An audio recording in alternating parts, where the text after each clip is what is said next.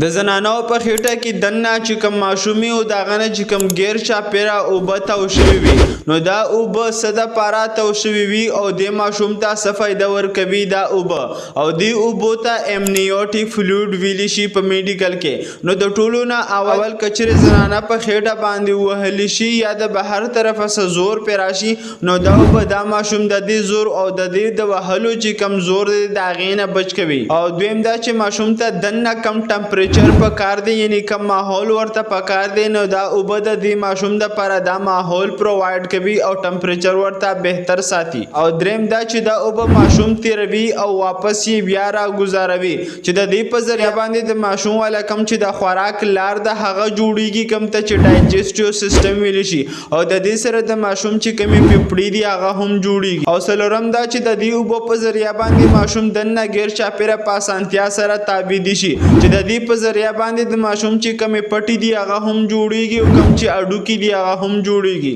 پنځم دا چې په دې اوبو کې دا صلاحیت موجود دی چې د بهر نه هر قسم جراثیم راشي نو دا ماشوم د دې جراثیمو نه د بچ کولو کوشش کوي. او شپږم دا چې کومه پرده د مور نه راغلي د ماشوم نوم ته چې د هغې په ذریعه باندې ماشوم ته اکسیجن هم راځي او خوراک هم ورته راځي نو هغه پرده د بندېدو نه بچ کوي او کلاو یې ساتي چې ماشوم ته په خوراک او اکسیجن په صحیح طریقه باندې رسیږي کم ته چې امبلایکل کارډ ویلی شي. نو که چېرې دا معلومات انفارمیټیو وي نو دغه شان معلوماتو دپاره زموږ سره اوسئ